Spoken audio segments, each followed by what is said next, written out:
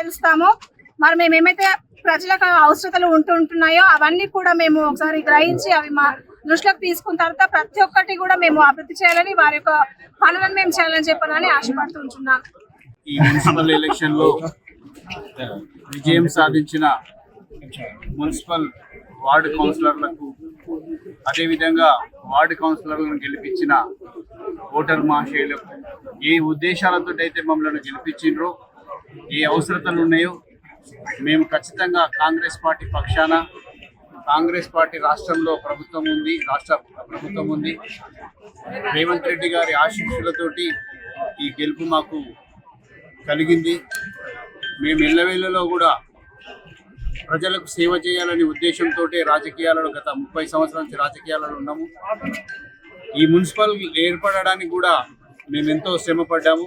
ఎందుకంటే ఇక్కడ చాలా నిధులు తక్కువ, మున్సిపాలిటీ వస్తే నిధులు ఎక్కువ వస్తాయి, డెవలప్మెంట్ చేసుకోవాలనే ఉద్దేశంతో కొత్త మున్సిపాలిటీని చేసిరు మా రాష్ట్ర ప్రభుత్వం. కొత్త మున్సిపాలిటీని చేయంగానే కూడా 15 కోట్ల రూపాయలు మన మొయినాబాద్ మున్సిపాలిటీకి ఇవ్వడం జరిగింది.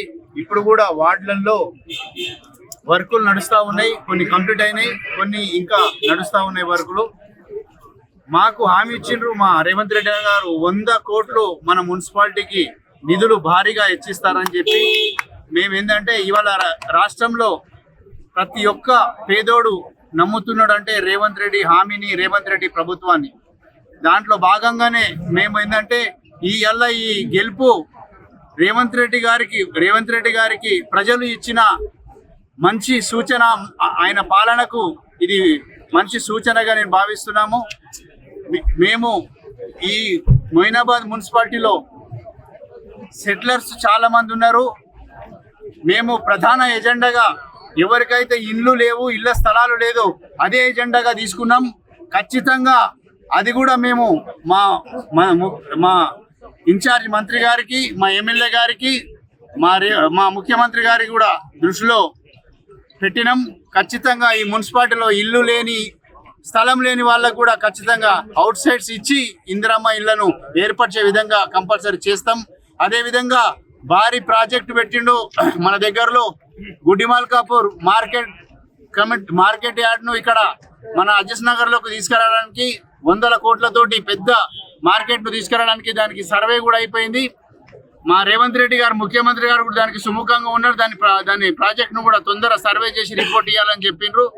ఖచ్చితంగా ఏంటంటే మేము ఇవాళ గెలిచినది కాదు, మాకు బాధ్యత అప్పచెప్పిన ప్రతి ఓటర్ మహాశయునికి పాదాభివందనం చెల్లిస్తున్నాము. మేము పార్టీలో ఖచ్చితంగా రాజకీయాలు అయిపోయినాయి, ఇప్పుడు ఇవాళతో రాజకీయాలు అయిపోయినాయి. మేము ప్రతి కౌన్సిలర్ తోటి కూడా స్నేహపూర్వకంగా ఉండి పార్టీలో ఖచ్చితంగా ప్రతి వార్డులో ఏం జరుగుతుంది, ఏమి అవసరం ఉందని చెప్పి ఖచ్చితంగా తిరిగి ప్రతి కౌన్సిలర్ను కలుపుకొని ఈ 5 ఏళ్లలో అత్యధికంగా అభివృద్ధి పదం చేయడానికి కృషి చేస్తామని చెప్పి, అదేవిధంగా మరొక్కసారి ఏంటంటే మమ్మలను ఈ మున్సిపల్ ఎలక్షన్ లో గెలిపించిన ప్రతి ఒక్కరికి కూడా మరొకసారి చేతులెత్తి ధన్యవాదాలు తెలియజేస్తున్నాను. Thank you so much.